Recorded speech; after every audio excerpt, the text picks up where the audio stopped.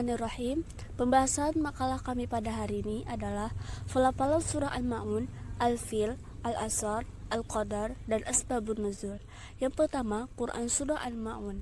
Surah Al-Ma'un merupakan surah ke-107 dalam Al-Quran. Surah ini tergolong surah Makkiyah yang berisi penjelasan tentang sifat-sifat buruk manusia yang perlu dihindari umat muslim agar tidak terjerumus dalam kesengsaraan, dan umat Islam harus bersungguh-sungguh dalam menjalankan cinta kasih kepada sesama dan kehidupan sehari-harinya. Dan surah ini terdiri dari 7 ayat.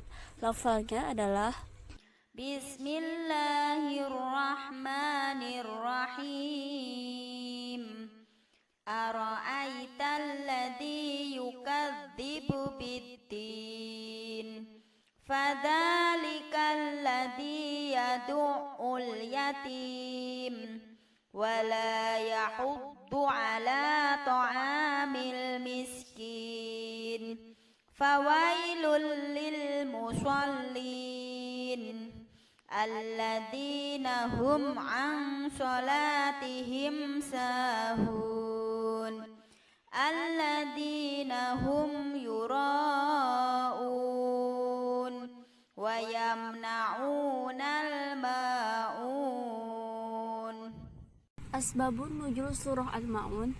Surah Al-Ma'un sendiri memiliki keterkaitan tentang sifat yang pendusta agama seperti para penghadik anak yatim dan orang-orang riya. Sebagai bagian dari firman Allah Subhanahu wa taala, diturunkannya surah Al-Ma'un tentu memiliki latar belakang serta hikmat tertentu yang bisa dijadikan pengingat bagi umat muslim. Asbabun Nuzul surah Al-Ma'un disebutkan bermula dari kisah yang diriwayatkan Ibnu Munzir, di mana saat tersebut ada orang-orang munafik yang gemar menunjukkan ibadahnya di hadapan orang lain.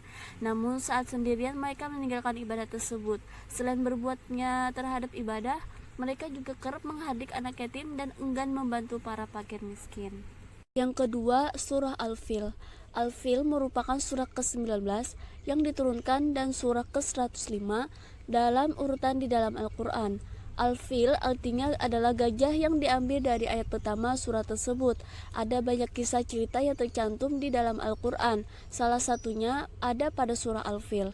Surah tersebut menceritakan kejadian sebelum Nabi Muhammad SAW lahir, yakni adanya serangan pasukan gajah ke Ka'bah. Quran surah Al-Fil terdiri dari 5 ayat.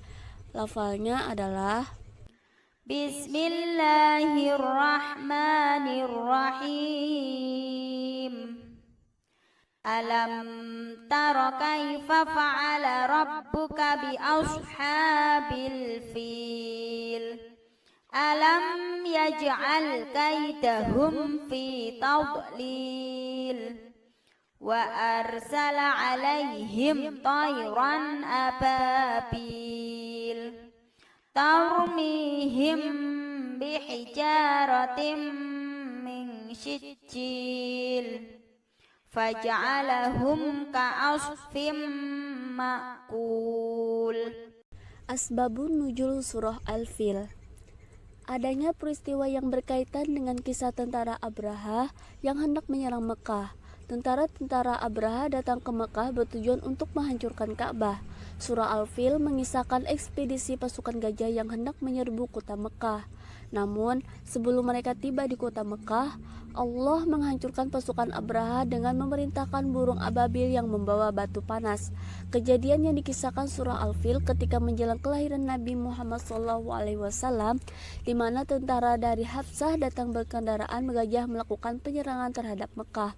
Peristiwa ini kemudian diabadikan sebagai salah satu surah di Al-Quran.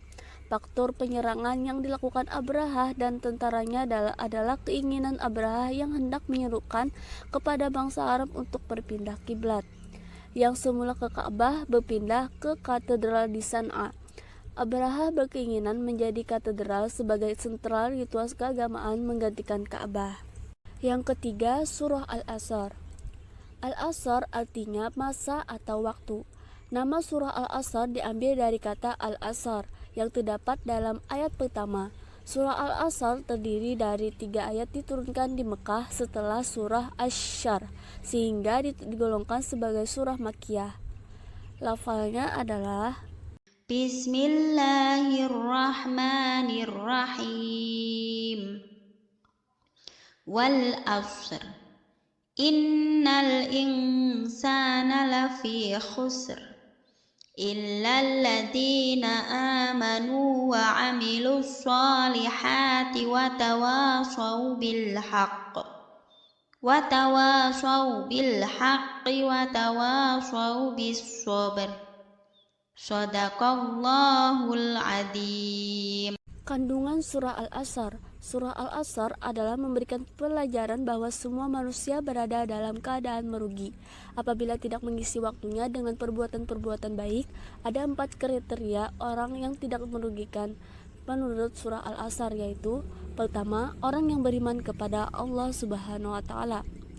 Yang kedua, orang yang senantiasa beramal soleh. Yang ketiga, orang yang saling menasihati dalam kebenaran. Yang keempat, orang yang saling menasihati dalam kesabaran. Surah Al-Asr biasanya dibaca setiap selesai belajar.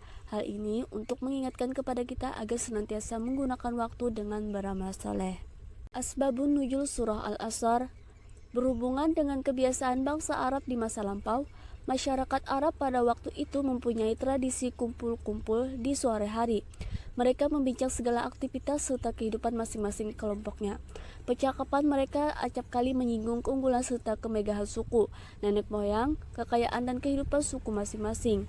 Awal mulanya percakapan tersebut berjalan lancar tanpa adanya sikap saling menyombongkan kelompoknya. Namun, karena seringnya mengungkit keunggulan serta kemegahan sukunya, pertemuan tadi malah berujung bertikaian. Yang keempat, Surah Al-Qadar. Surah Al-Qadar adalah surah ke-97 dalam Al-Quran yang terdiri atas 5 ayat dan termasuk golongan Makkiyah. Surah ini diturunkan setelah surah Abasa dan dinamai Al-Qadar atau kemuliaan, yang diambil dari kata Al-Qadar yang terdapat pada ayat pertama surah ini. Lafalnya adalah Bismillahirrahmanirrahim. Inna anzalnahu fi lailatul qadr wa ma adraka ma lailatul qadr. Lailatul qadri khairum min alfi syahr. Tanazzalul malaikatu warruhu fiha biizni rabbihim min kulli amr. Salamun hiya hatta matla'il fajr. Asbabun nuzul Surah Al-Qadar. Dari Al-Qadar dijelaskan dalam beberapa hadis. Menurut buku Asbabun Nuzul, sebab-sebab turunnya ayat Al-Quran karya Imam As-Sayuti 2018 ayat 97, At-Tirmizi, Al-Hakim, dan Ibnu Jarir meriwayatkan dari Al-Hasan bin Ali.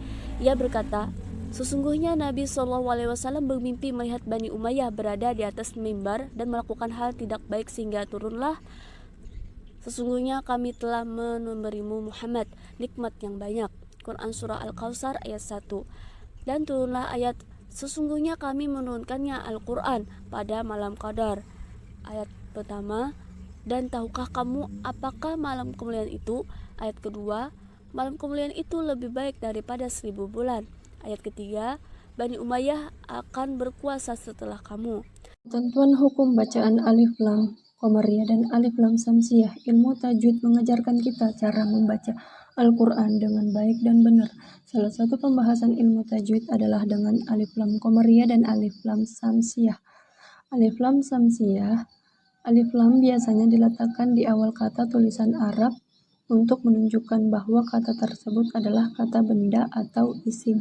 Cara membaca alif lam dibagi menjadi dua, yaitu alif lam Qamariyah dan alif lam Samsiyah. Yang pertama, hukum bacaan alif lam Qamariyah. Alif lam Qamariyah adalah apabila ada alif lam yang bertemu dengan huruf-huruf Qamariyah 14, yaitu alif, ya, waw, mim, nun, qaf, fa, ghain, ain, kha, ha, jim, ba, ha. Yang kedua, alif lam Samsiyah. Alif lam Samsiyah adalah apabila ada alif lam yang bertemu dengan huruf Samsiyah yang 14, yaitu ta, sa, dal, za, ro, zai, sin, shin, shod, do, to, zo, lam, nun. Hadis tentang hormat kepada orang tua. Orang tua sudah selayaknya mendapatkan kebaikan dan penghormatan. Mentaati orang tua hukumnya wajib. Seorang anak tidak diperbolehkan menyakiti dan durhaka kepada orang tua. Bahkan Allah melarang seorang anak untuk berkata kepada kedua orang tuanya, apalagi tidak mematuhi dan membantah. Berbicaralah dengan lemah lembut dan sopan santun kepada mereka. Rasulullah SAW menyatakan bahwa ridho dan murka Allah ada bersama ridho dan murka orang tua. Berbakti kepada orang tua kita yang masih hidup, yang harus kita lakukan adalah Rabbighfirli wali walidayya warhamhuma kama rabbayani shaghira. Artinya mendoakan. Yang pertama, berkata lembut dan sopan. 2, tidak meninggikan nada suara. 3, mendengarkan dan melaksanakan nasihatnya. 4, menjalankan perintahnya. 5, membantu pekerjaan orang tua. 6, menyenangkan hati orang tua. 7, mendoakan kedua orang tua. 8, merawat orang tua kita jika sudah berusia lanjut. Sikap berbakti kepada orang tua kita telah meninggal yang harus kita lakukan adalah: pertama, menjalankan wasiat dan amanahnya. 2, memohonkan ampun kepada orang tua dengan doa Rabbighfirli wali walidayya warhamhuma kama rabbayani shaghira, yang artinya, ya Tuhanku, ampunilah aku dan kedua orang tuaku dan berikanlah rahmat kepada mereka berdua sebagaimana mereka telah mendidikku sejak kecil. Yang ketiga, menjaga nama baik kedua orang tua. 4, berziarah ke kuburannya serta mendoakannya. 5, menyambung silaturahim dengan teman orang tua kita. 6, harus mengikhlaskan kepergiannya.